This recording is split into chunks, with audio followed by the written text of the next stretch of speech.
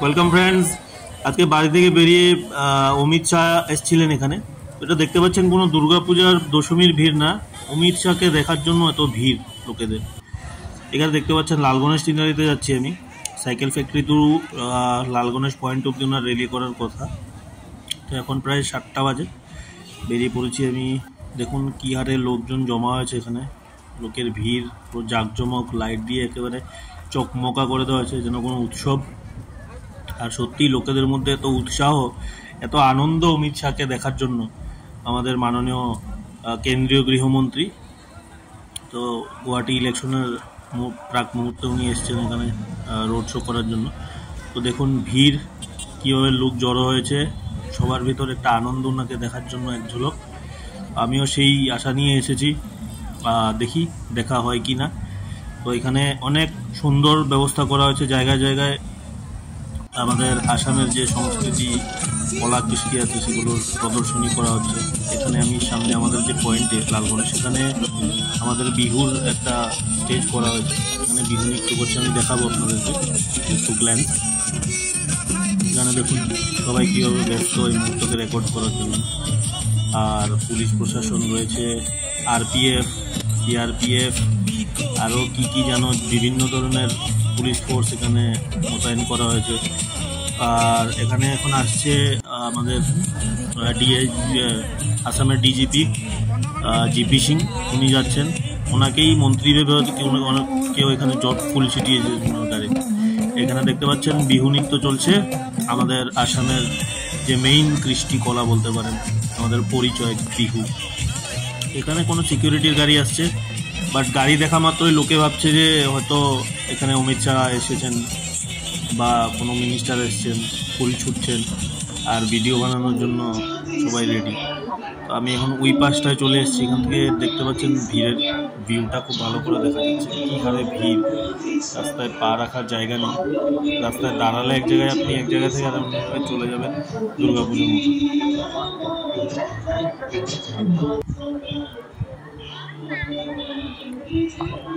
এই হচ্ছে বিহুর স্টেজটা, বিশাল শোভাযাত্রা।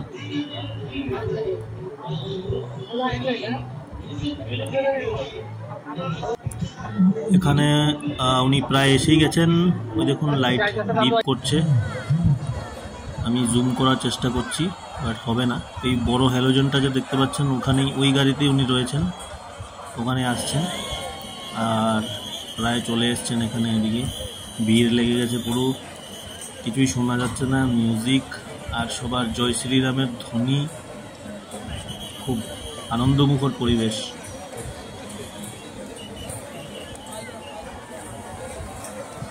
ওই যে গাড়িতে উনি আছেন ওখানে, আমি জুম করে দেখাবার চেষ্টা করব। হয়তো এদিকে উনি আসবেন না, কারণ ওনার যে জার্নিটা, এই রোড শো ট্রিপটা এখান অবধিই সমাপ্ত হবে, সাইকেল ফ্যাক্টরি টু লালগণেশ। এখানে ব্যারিকেড দেওয়া রয়েছে, মনে হয় উনি এর পার হবেন না। তো এখান থেকেই দেখার চেষ্টা করব সবাই।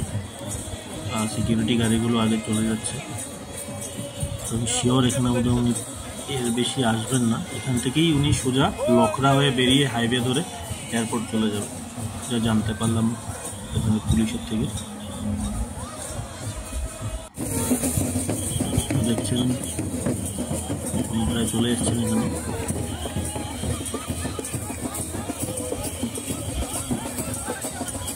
পুলিশ সবাইকে বলছে পেছনে যাওয়ার জন্য, ব্যান্ড পার্টি আগে আগে চলছে।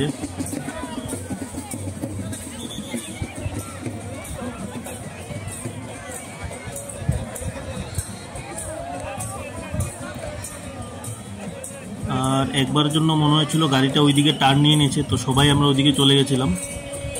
আবার দেখতে পেলাম যে উনি এদিকে ঘুরে এসছেন, তো আবার আমি ওই পাশটায় চলে গেছি। এদিকে সবাইকে সাইড করানো হচ্ছে, কারণ সিকিউরিটির গাড়ি অনেক রয়েছে, সেগুলো আসবে এক এক করে।